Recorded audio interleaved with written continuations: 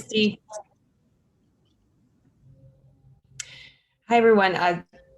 I'm Jill Veith. I'm the vice chair of CPC, and Stephen Welch isn't able to be with us today, and I've never done this, so please bear with me as I fumble along. Before we start, it says we need to clear up some, I want to confirm access. So if I call your name, please just say aye, or I guess give me a wave, but I think you need to actually say your name. And with that, I'll say Peter Kaiser, are you here? Aye. Hi. Richard?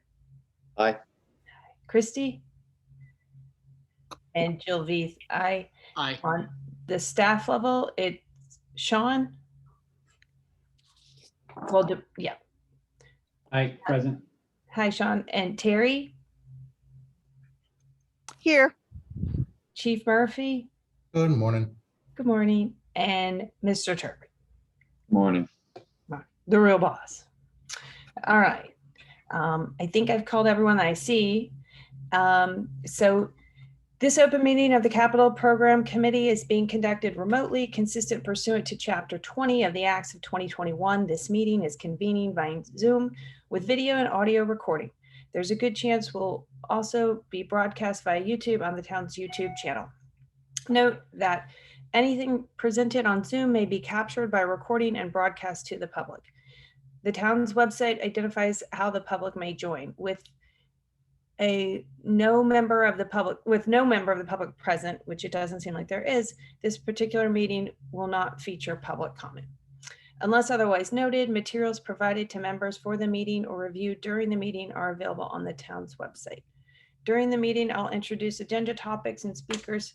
Please remember to mute your Zoom audio until your name is called, and let's direct comments and questions through the chair, the vice chair, to avoid crosstalk and make taking of minutes easier.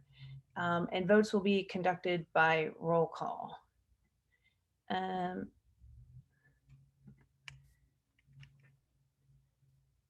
And I think, is that all I need to say, Brian? That's all I had on my little script. And it said, now we would move on to the agenda. You're muted. I forget that all the time. Madam Chair, would you like me to share the agenda so you can approve it? Yes. Or see if I can find the agenda now.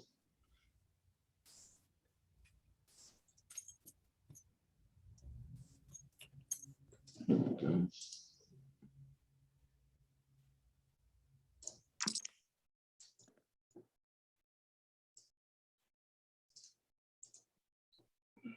I'll move to approve it. Okay. There you go. Can you see it? Yes. Okay. Yeah. I'll move to approve.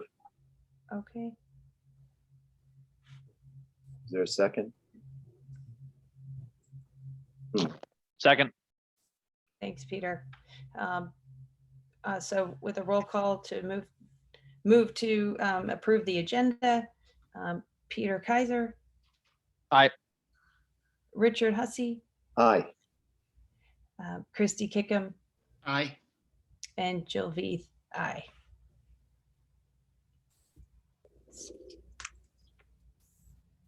So the agenda is approved. All right, Brian.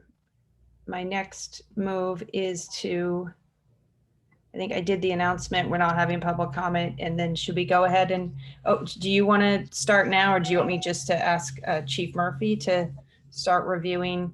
Yeah, I'm going to, I'm trying to find him in my share screen here so I can get the capital program. Oh, here it is. The requests up. Give us a little context for the previous years too. Oh, you want the previous year too? We don't have to. I just thought you might give us context. I don't need to look at it. I think No, the chief can. He can give you context. I'll stop sharing this briefly if you want to give you any context, and then I'll put the capital request front page up, and he can walk you through it from there. Okay. Good morning. Thank you for rescheduling for me. Previous years, our capital programs, capital projects have been going well. The big one being replacement of apparatus. One for FY 21 should be delivered this fall. The one that was approved in this budget, we're actually looking at a demo on to replace that. The SCBA's, you'll notice we're in year 3 of a 4-year program. We've done 2 years replacement. That's also in this year. That's replacing the air packs. That program's been going well. And then there's a couple other items, so 2 items, the technical rescue that I put in before. I can go over that again, equipment, as well as Asher equipment or active shooter response kits. The ALS program that we talked about for so many years is actually up and running. We have paramedics actually working on the trucks, and we used the money last year from the capital programs to purchase. The bulk of the purchase went to purchasing cardiac monitors or monitors that we use in the trucks. There was $100,000 appropriated last year through capital, and those monitors themselves for 2 was almost $70,000. So they're very expensive pieces of equipment. And then if there's anything else kind of off the top of my head for past capitals, if there's any other questions, I'd be happy to answer them.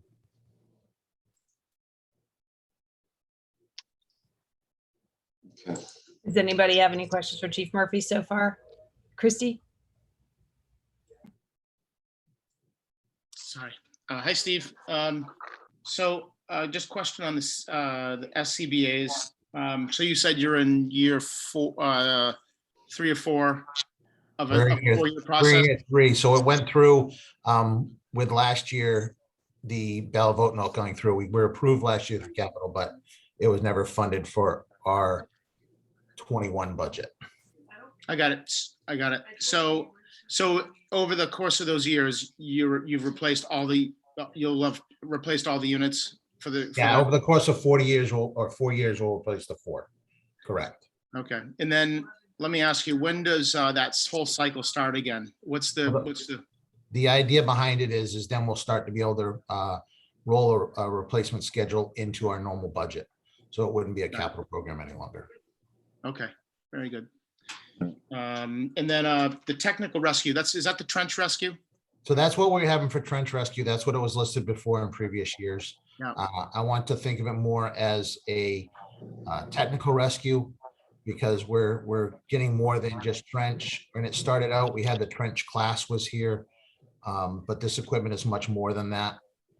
It's a collapse, and let's just think about last fall where we had the 2 explosions, gas explosions that ruined those 2 houses, caused significant damage. If we had somebody trapped within those structures that we had to go in and get for somehow, we didn't have the equipment on hand to do that.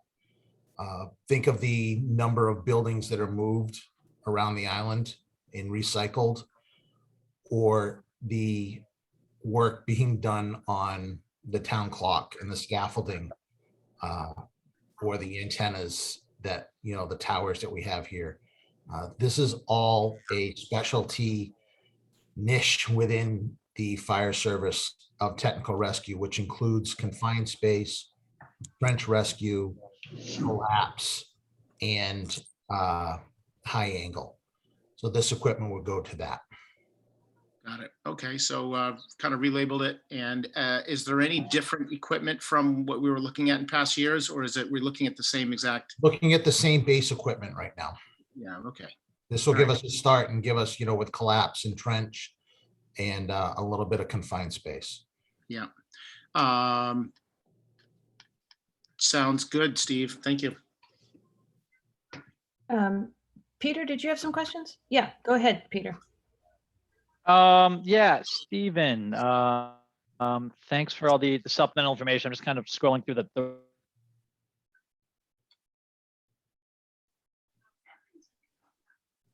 I think Peter froze. Yeah, I think he did That's too. usually me about 20 minutes into anything. Well, I have a question while we're waiting for him, Chief Murphy. So I see here that other departments might have some of that equipment, and maybe they don't. Does the DPW, sewer, wastewater, do they have any of that? Wastewater has some that they use for their normal operations. The director out there has done a really good job making sure they have the equipment. They actually have dropped off some equipment for us for confined space so we could be their backup. But they're very specific to their confined space and going down in manholes and such. We wouldn't be duplicating equipment with them unless it was strictly for redundancy.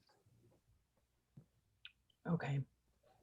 Sorry, I just actually timed out there for that whole. That's okay, Peter. Go ahead. Yeah, sorry, I don't know how much you caught, but the utility terrain vehicle, just reading the description. So crowd safety purposes, island-wide events. Do we currently have one of those that we utilize? And is that street legal? Is that something that we've used in the past, or is going to supplement something else? So, Madam Chair, if I could, can I go through each one and for this budget now? Yeah. And Yeah, kind of that's fine. You want to start at the top and go all the way down and then do questions. Yeah. for So we'll more- start with the Sure. active shooter response, if that's okay. Thanks, Brian. Yep, it's fine. So the Asher equipment, this is equipment based off of NFPA, National Fire Protection Association 3000, which is a standard for fire and EMS to have equipment in the hostile threat environment. This is something that I put in for a couple of years. This is ballistic vests and helmets. It's no more than that. And it's for equipment for the personnel to use when they're in an environment that their safety could be in jeopardy because of a hostile event.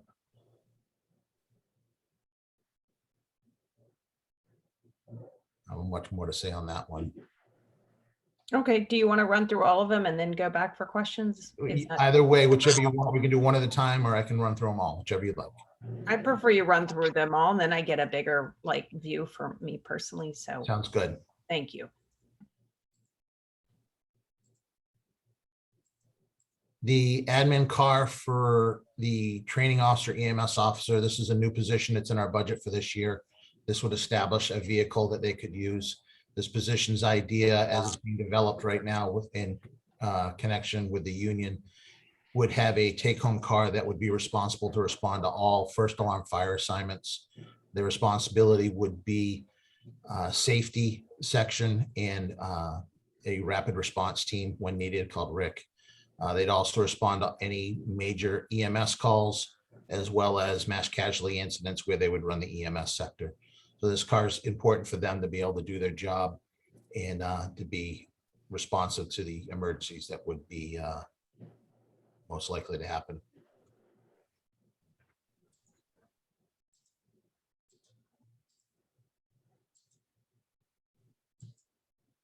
The ALS equipment, the previous years, I know last year was the first year we really spent this money that's appropriated. I didn't feel it very prudent to spend money appropriated prior to when we weren't ready to pull the start on ALS. I didn't want to, it was going to be out of warranty, kind of sitting in a closet by the time we started. So the first time we really purchased the monitors, and I told you that, almost $70,000 for those two monitors was back last November, December, when we were getting ready. We started the service June 28th, I believe it was, of this year. And we've been offering that as we go forward as available ALS service. What this money would do is this 60,000 would take and allow me to purchase a monitor and then some of the, in essence, bags to put the equipment in for outfitting a third ambulance to ALS.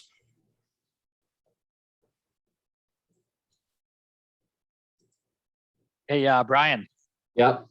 real quick, when you're gonna go select the next one, if you right click on it and open it in a new tab, then you don't have to keep on going back. to the whole Yeah, I thing, could do that. just to save us all a little bit of time. There we go. Sorry about that. All No, right, that's this is a new one that I'm putting forward. This is in response to the PFAS and PFOAs and fluorine products that we've been dealing with on the island, specifically a lot around the airport with the foam use that they were always mandated to use in testing from the FAA. This number is strictly an estimate that I kind of pulled up with meetings that I've had with other chiefs within the Cape. I'm not with the Cape, within the state, as to what costs they've had in disposing of and replacing foam. So on the island right now, we have approximately 1,100 gallons that the fire department has of foam. That could be, the first pricing I got was about $11,000 to get rid of that foam, if I remember right. It's in the breakdown. Now, I got pricing from another chief on the Cape that was almost $100 a gallon to get rid of. So I'm not sure where that pricing is going to be, but at least this will give us a start to remove a product that we know is produces fluorines and PFOAs and PFASs, and replace it with a product that is fluorine free. It would take and replace the foam, dispose of the foam that we have currently, and also take and clean the tanks in our trucks appropriately. Full transparency on this one, these numbers change all the time, so I'm doing my best to give you a good number. And I'm also still staying in contact with the state organizations to see if there's federal money with our state money, which they're still working on in order to do this. But I feel it's important enough to bring forward so that next budget we can actually address this and be ahead of the curve like we have been on this issue nationally.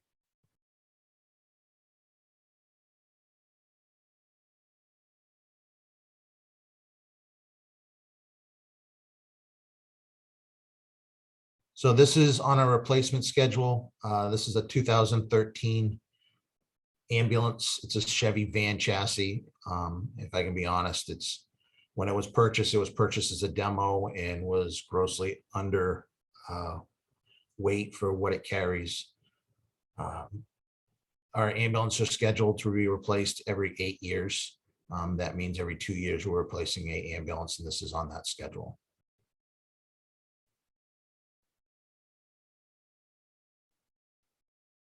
Yay. Now I say yay to this. I put this in, and since putting this in, and I asked to leave it in just so I could bring the good news to everybody. The select board in their next meeting will, I think it's the next meeting, Brian, isn't it? Is going to be hopefully accepting a grant that we were appropriated from FEMA as an assistance to firefighter grant. The total budget awarded was about $325,000, which we're responsible for 5% of. That will replace all our portable radios and a lot of our mobile radios. So in essence, this one I don't need anymore, but I wanted to come to you and put it there and let you know that we were fortunate enough to get a large chunk of money from the FEMA to take care of this project. So it's really good.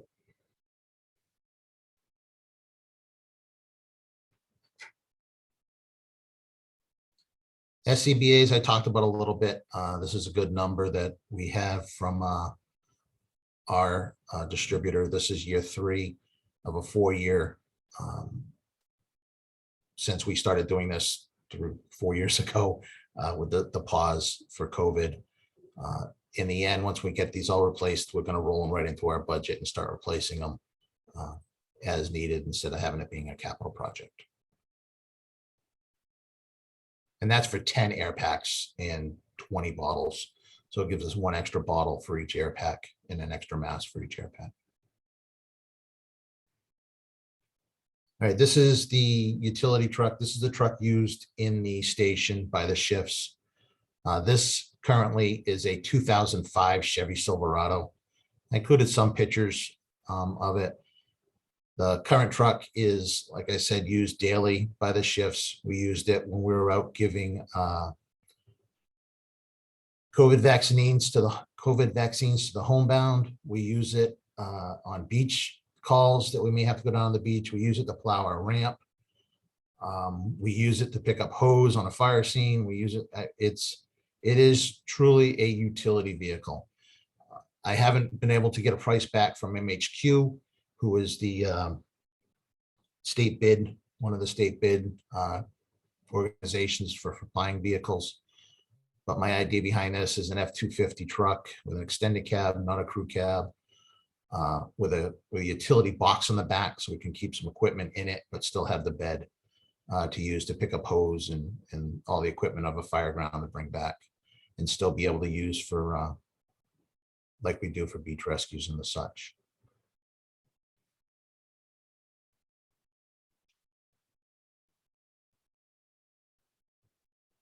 We spoke briefly about technical rescue. This is equipment for that specialized rescues that we're expected to do, whether at high angle, confined space, trench, the beach hole collapses, or I'm forgetting one. Collapses, I guess, would be the other one. This would be something we would take and slowly have been starting to develop a team together that have these specialized trainings that we can use as equipment. But the essence of the idea is to have a team that would work with the Southeast Regional technical team. So we'd be part of a larger group, our small group, and have these people and be able to take and handle the smaller issues that we may have and be able to provide those emergency services right away with the right equipment.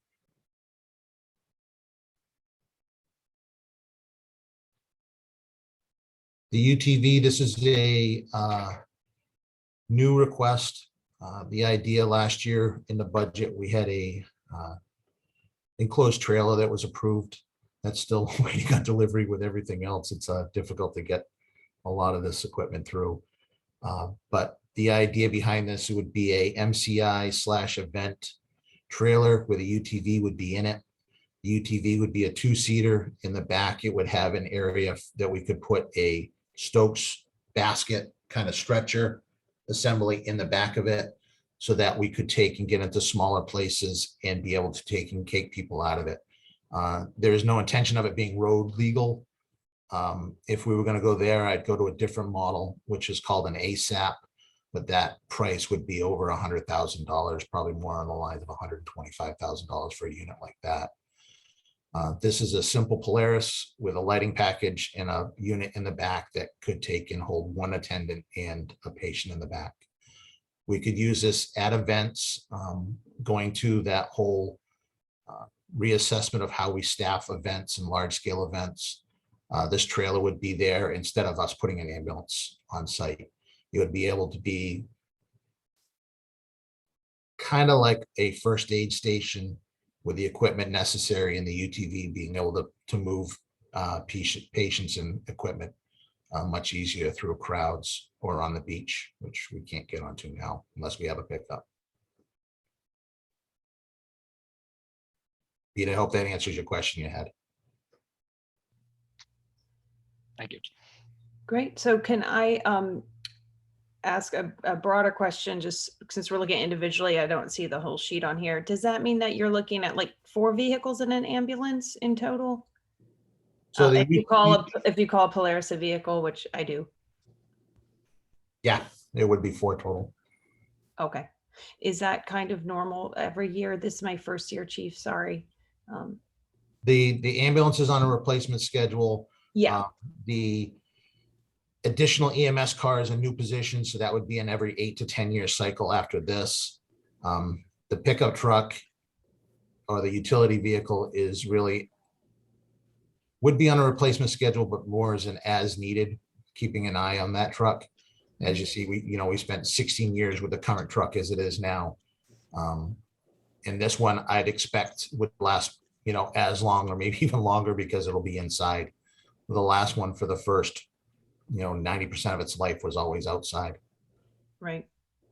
Good point. Okay, well, I want to open it for questions for everyone else. And then does anybody have anything? And welcome the chairman of our select board, Jason. Howdy. Hi there. Christy, you want to go ahead and ask some questions? Sure, I've got a few. Steve, the UTV, I'm all in favor of having access everywhere around the island. Just wanted to ask how this might differ from say, just using a pickup as opposed to this UTV? And also, if you were to get one that was street legal, would you have a better response time? As far as carrying a stretcher, is a pickup a better option? Just curious about sort of the multi-use purpose of this vehicle. And Okay. The UTV, I believe, is the best option over a pickup. If you think of going into a large crowded area, being able to fit through a smaller space with a Polaris type side-by-side instead of a large pickup truck. The maneuverability with a shorter wheelbase would make it much easier. We'd be able to trailer it. If it was street legal, I don't think it would improve any response times. As to if I look at this more as a staged asset than I look at it as an emergency response asset. In that we're going to have it at events or places we may need it. If we have it as an emergency response vehicle and we start taking and making it street legal, I think we'd have to license it as an ambulance and it would put it at a whole different level. That's why I said if we're going street legal, I'd rather go to the ASAP unit, which is considerably more money because of the equipment we'd have to have on it and the like. Right now, as a UTV, say we had it at try not to pick on any one event. The triathlon, we could state, when they were having it down there, that could use at the finish line where the transitions all are.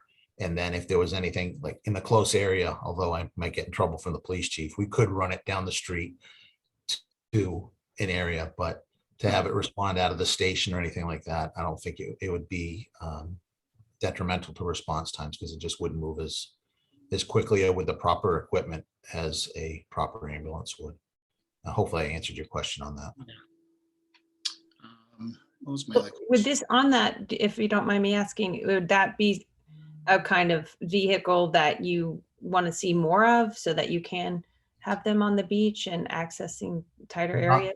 No, I think this would be, the lifeguards already have their ATVs. The police department had their ATVs. They're just not set up to carry patients so much.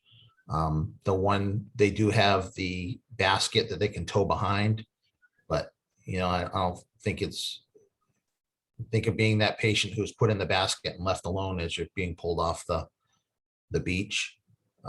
If we had somebody that we knew we needed to get off the beach and we had time to grab the trailer and bring it out there and use it, we would be able to. But in that case, again, to Christie's point, it's easier to use our current truck as our pickup truck to do that, or a Humvee, which has a stoke basket on it. It's not appropriate for putting anybody to be with the person on top of that skid unit. So we're trying to have a balance of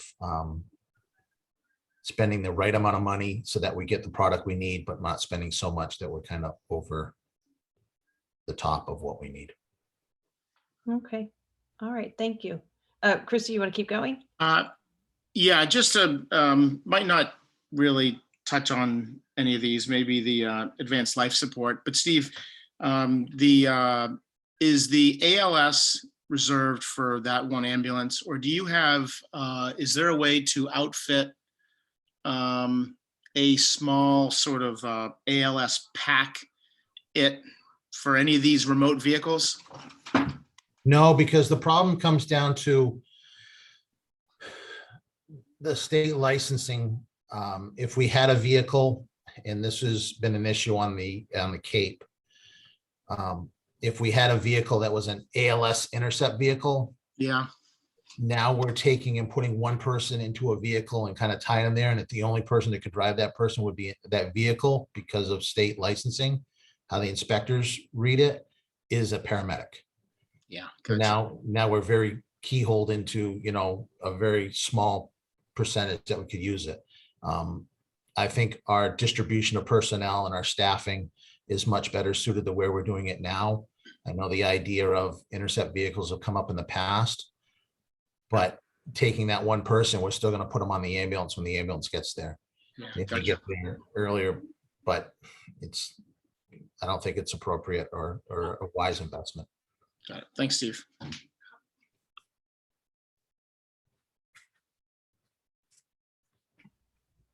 Peter, did you have some questions?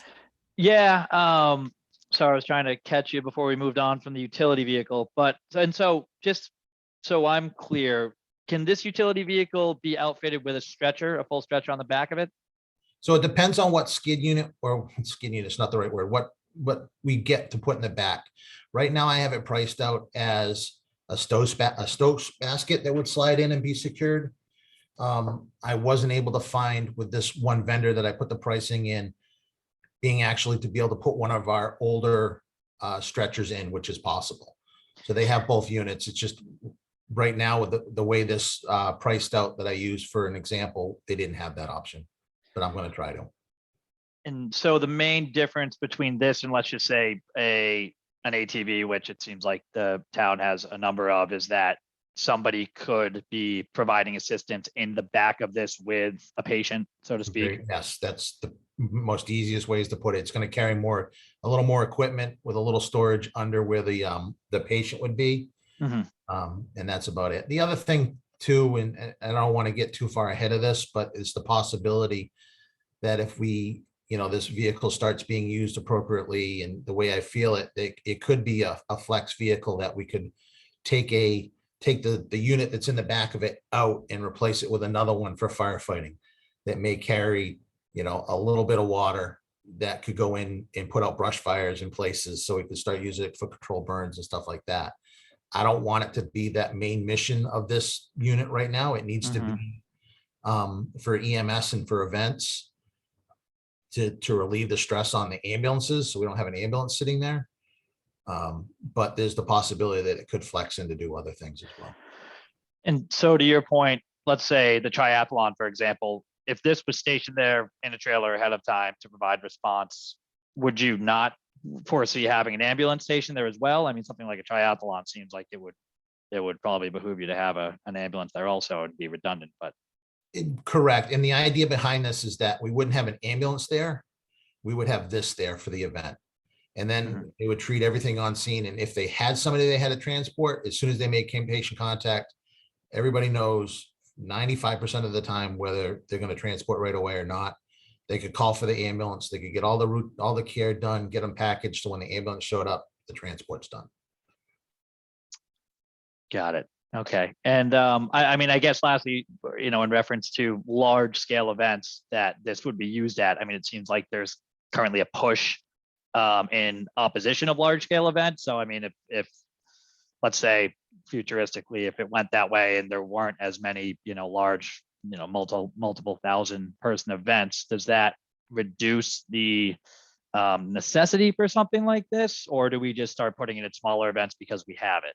I think, and just because how it's been phrased before, my take on events has never been against large scale events, other than we need to rethink how much responsibility that we have on them because of the amount of personnel it takes away from us. It's the fire department.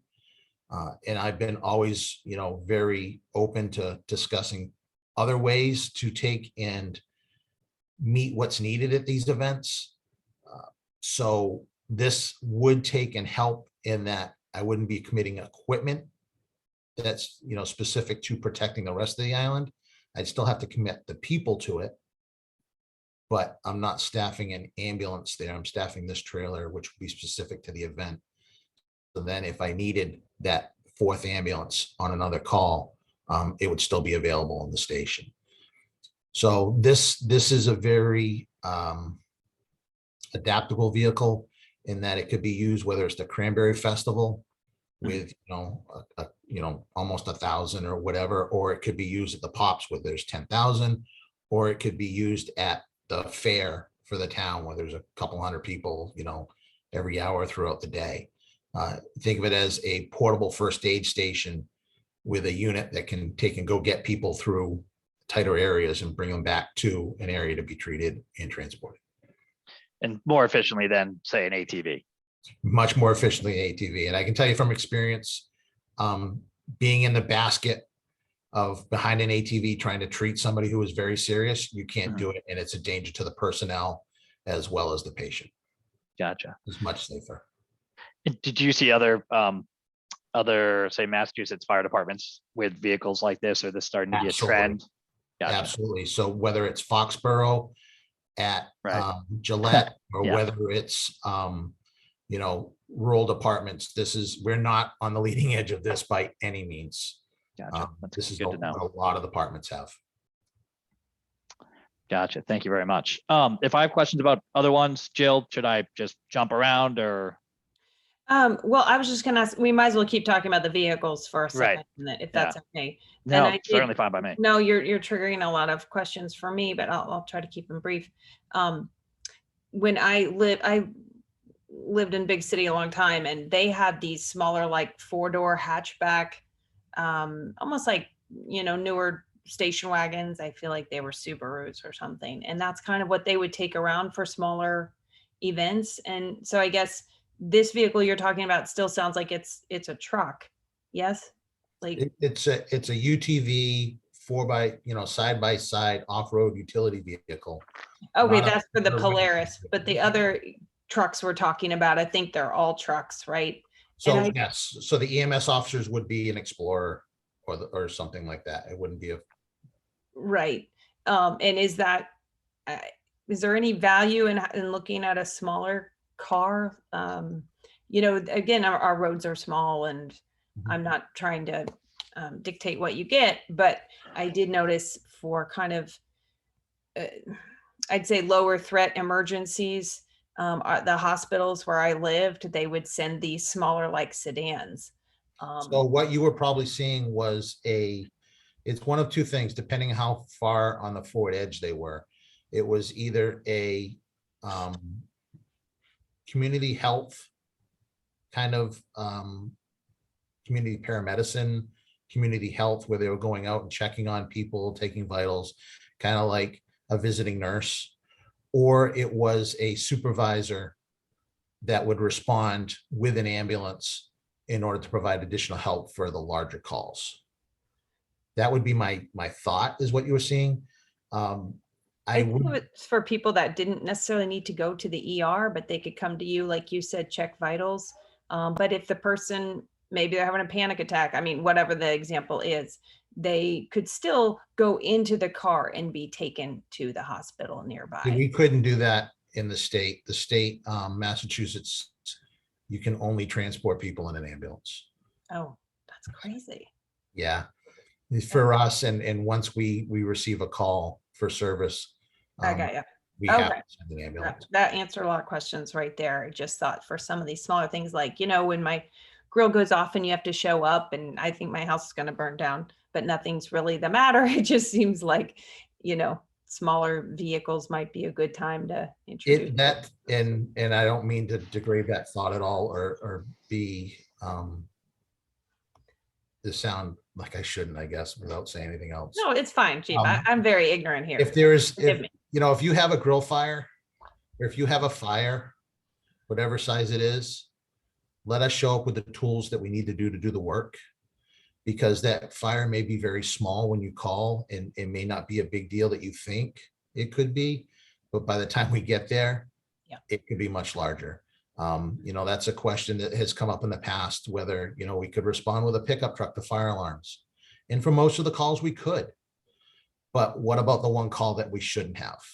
The what ifs and the could have. So I think for the calls we've had, and we've had several that were fire alarms that turned out to be active fires, that 10 minutes of fire burning till a fire engine gets there, or that moment of time that you're waiting for the ambulance to show up because we sent something different, are important minutes, especially in our job. Yeah, definitely. Well, that's what's hard. We're looking at such expensive specialized equipment that may or not be used. So it's hard to rate them and say one is greater than the other, because, your whole job is, well, it's. I appreciate that. And I hope that I wouldn't bring forward items just because they're nice to have. Yeah. No, I know. Well, they're all tools that we could use and use appropriately in order to do our job and deliver a better service. Yeah, great. Thank you. Okay, so does anyone have any other questions about, I think really vehicles is what we've been focused on. So that's 4 vehicles and the ambulance. Okay, well, let's open it up to everything else. I know for me personally, I just wanted to ask about the firefighting foam. Is that something that can be done in phases? Can you remove 300 gallons one year and 3 the next, or do you just, and be over a period of time? There's actually, we just got an email this week, DEP and the fire marshal's office basically saying if you can not use AFFF foam, which is what we're talking about, don't use it. There's not only because of the fluorine issues that are in it and the threat to drinking water and everything else is really what we're looking at. There's also cases where if we had to take and use foam. So this afternoon,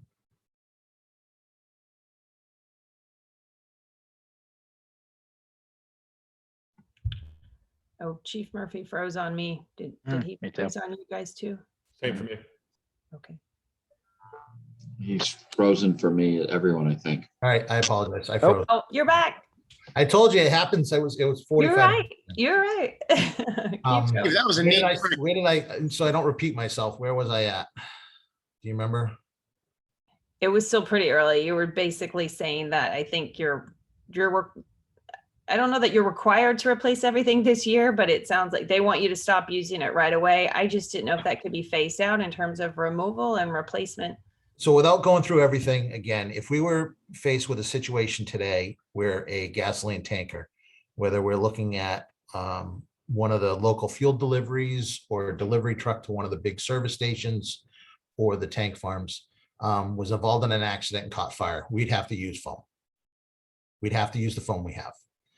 The position that puts the department is now we have a reportable discharge of foam, which we would report to DEP, which we're required to report now. And the onus of the cleanup would be put on, hopefully, the insurance company for the carrier, but would also be a responsibility of the fire department and the town because we're the ones who put the foam on the ground. So could it be? Absolutely, it could be. We could kick the can down the road, as many years as we can, but should we is more the answer on that one. When we know there's a product that we can use that is deemed safer. Yeah, I guess I was just assuming that you're already using the better product now. And so that's No. why I didn't know. I assumed that was just sort of sitting on the shelf and It's about the new foam replacement, and if we go, is $35 a gallon. So, we have, different things. It's a lot of money just to replace it. That's why this number's so high. It's a lot of money to get rid of it. yeah. And the money to clean and everything else. So Okay, good. That really answered my question about that. Thank you. Christy? Steve, does the, if the foam's unused, does it time out? Or do you have that stock for a while? it's here. Yeah, we actually have our foam stocked in Station 3 out in Matticat. And then we have a foam trailer at 2 fairgrounds. The foam that we use on the engines in-house is a Class A foam that isn't included in the others, but we're gonna have to wash those tanks out because we really can't assure ourselves that somebody hasn't put FFF in those prior to. So if we're gonna start fresh, we're gonna start fresh the right way and make sure that we don't have any of this product that's gonna be put into the environment. Okay. The other thing is there was a state program that did a buyback of legacy foam. Legacy foam was deemed anything made prior to 2003. We didn't have any. So. Okay, thank you, Peter. Yeah, just curious. Is this the same product that the airport has had? B, are they going through the same disposal and replacement process? And C, if so, you know, does it, have you guys traded numbers and seen, I mean, obviously they operate under the FAA different, you know, guidelines, but seeing if it's a similar price to replace and go through this process? They're stuck right now, as far as I know, and how I've read and what I've learned. The FAA is still requiring the product that they use out there be a mil spec, a military spec. Okay. I'm not sure if they can go to this universal green foam as it's labeled. What we'd probably go to is a product that is both good for class A, which is wood fire, so we could use it at house fires, or B, which is flammable liquids, which we could use just changing the proportioned rate. And no, it's not what they have at their fuel farm currently, or obviously use in their truck. The only place that has this new universal green foam right now currently is the new tank farm. Their Harbor Fuel Island Gas built out to Industrial Road. And I can tell you there is some discussion already in place through the whole PFAS and the town incentives to work with the other plants that have foam in order to either replace or the foam that they have to something that's more environmentally friendly. But currently we can't mandate any of that because there's in the fire code, there's nothing that says they have to use a certain foam. It just has to be one that's there. Gotcha. So no overlap with the airport, nothing really to glean there, but No, it's because of what the FAA is still requiring them to use. Yeah. Gotcha. Thanks.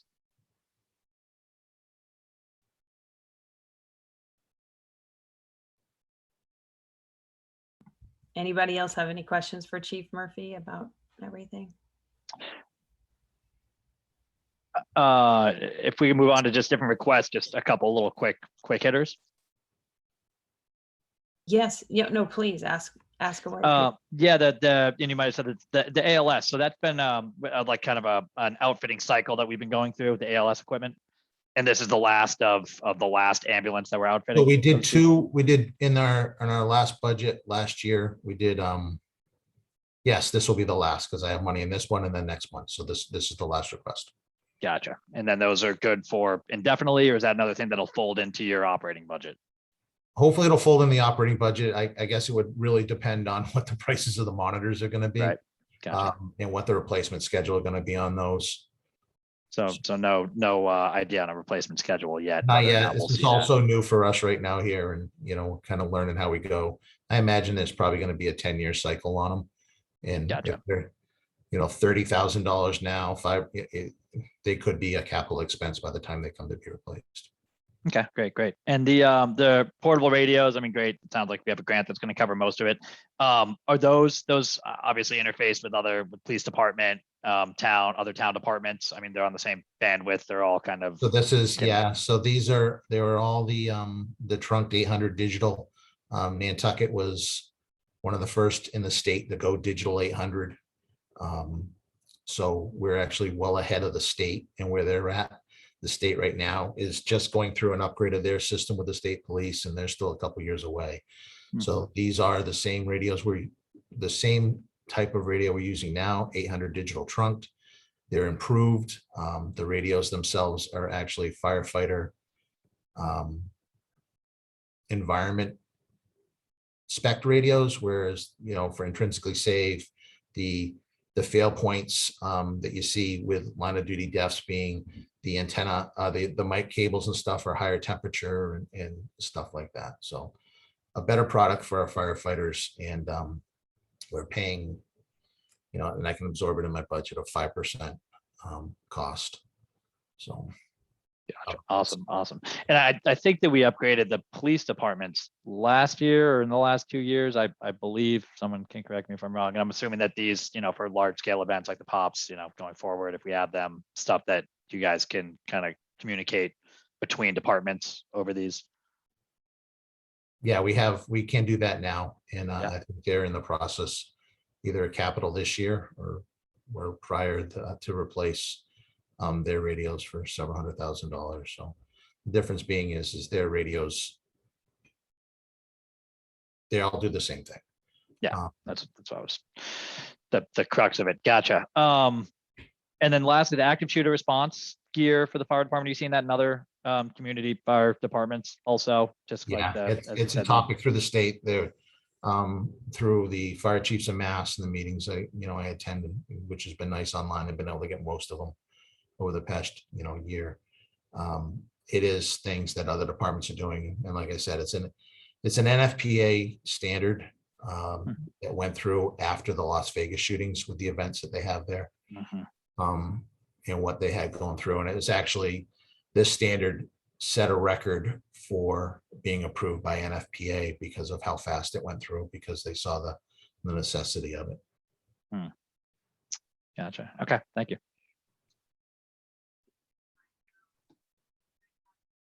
Christie? Steve, to that, do you see that that request being a one-time thing, or I mean, is this just to outfit you guys going forward many, many years? This is not going to turn into like, SCBA equipment and we have to replace it. It's gear that will be Right. It should be usable able for to be many, many replaced. years. Right.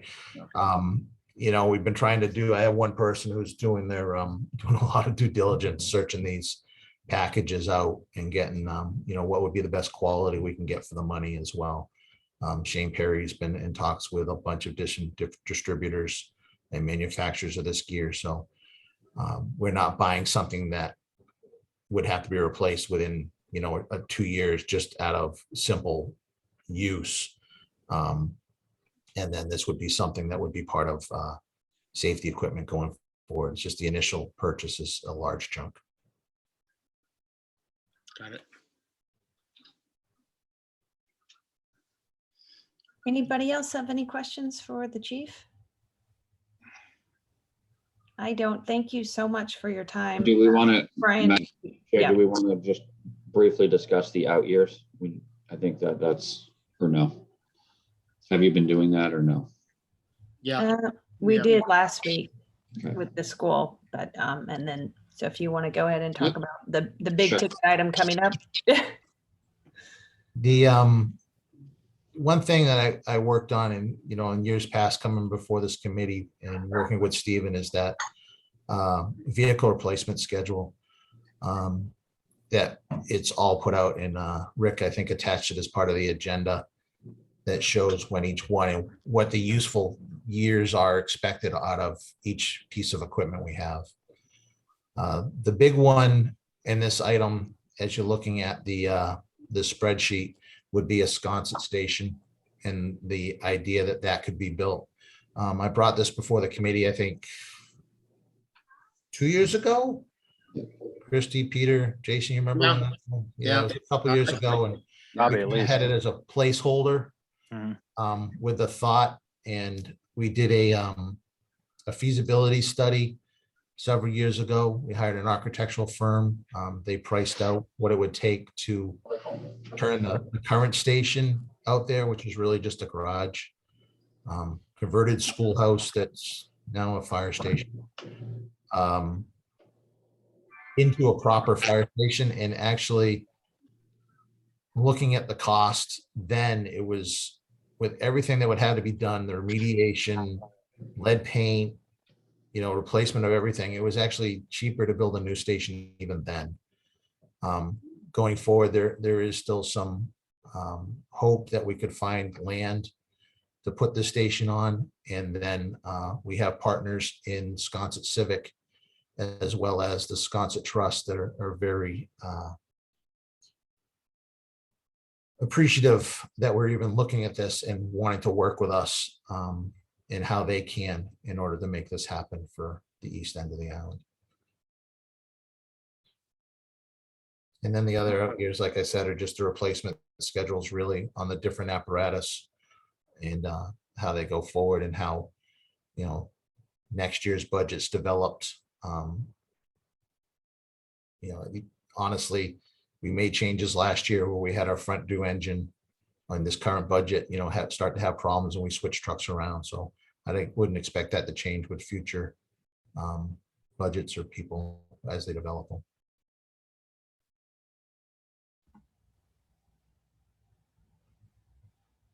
The big thing for the Sconset station is that's really a starting number. I think that station out there needs to be designed so that it can staff an appropriate crew.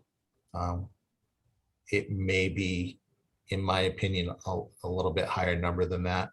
Square footage wise, I think it needs to be almost 9,000 square feet, somewhere between 8,000 and 9,000 square feet. That would afford 3 bays and 4 bunk rooms, and then the necessary stuff surrounding that. So, but again, that's future years out. That the cost of everything right now fluctuating. I couldn't give you a solid number even close. Peter? Yeah, and so just so I heard you correctly, so that'll obviously have to be sited on a different piece of property out there in Wisconsin, Yeah, to be determined where it'll be. And I apologize, I didn't clarify that very well. When we did the assessment of that building, the mass of a building that would have to been put on the back of that, I wouldn't have supported. It was an eyesore. It didn't make sense to me. Mhm. And then added to that, we'd have to put a third bay on their garage. And the neighbors weren't very appreciative either of Right. that size. So, And that lot's probably not big enough to just start, strip it and start from scratch. now the problem is you have a historic building there too. So I don't think you'd Right. be able to do that. Gotcha. And so, I mean, first and foremost, it'll probably be trying to find the site for it before really even getting into designing a building. And We're working at it. We're probably closer than we've been in the past, but still we're not there. Mhm. We've looked at property on Main Street. We looked at property that could possibly be acquired from land bank. Deed restrictions stopped that. We looked at property around the wells, but around the water company, the problem with that is it's too close to those shallow wells. They couldn't be there. We looked at a property, which is the old Verizon building, that we can't find anybody who's in charge willing of to talk about whether, that could be acquired. So there's still, it's not, we haven't stopped looking, but there's the possibility, and hopefully we can find that through some arrangements and some partnerships. Yeah, Coast Guard, Loran Station, I mean, all that. That was brought up too, but that's really not an ideal, because we don't want trucks running up and down Ocean Ave and in that area. There'll be just too skinny of a road, and with flooding and everything else, it just doesn't make sense. The other part that we're really looking at, and hopefully to make this is a part of the hazard mitigation plan, and be an emergency shelter possibility in that area as well, out of this building. So, Mhm. I've had people go out there to answer fire alarms and get stuck with a snowstorm because the mouths don't close with the drifts. Right. And so realistically speaking, budget item in 2025 is probably a pretty aggressive timeline. Possible, but yeah, it is aggressive. Gotcha. But possible. Anything's possible. Christy? It is aggressive because it's right around the corner, really. Steve, are you at current staffing levels, would you be able to man that? Or are you talking adding 4 new positions, or 4 or 3 new shifts? So my thought on this building for Sconset was always to build a building for the future. Right now, Sconset has waned a little bit in calls volumes. I don't expect that to take and change or to continue. They were always on their upward ramp of the amount of calls they were having out there. The Sconset station being built, I never had plans to staff. But it wouldn't be very smart, in my opinion, to build a building that you couldn't staff for the future needs of the island. The current station we're in right now, we're full. We have 7 bunk rooms. We have 2 shifts with 7 people.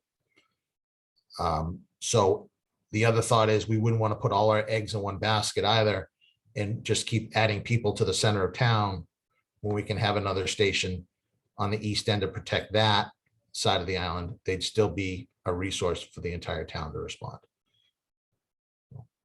The short answer, no, I don't have plans on staffing it, but to build a building that you couldn't put staff in would be a waste of money. Got it. Understood. Thanks, Steve. Well, good questions, everybody. Anybody else want to tackle this? We can fill that last hour. We said wouldn't go 2, but you know. Oh my gosh, Chief. Well, I would like to, but I'm afraid you would have to take me to, Fire 101. It would be pretty dull for you. You'd be like, Jill, please.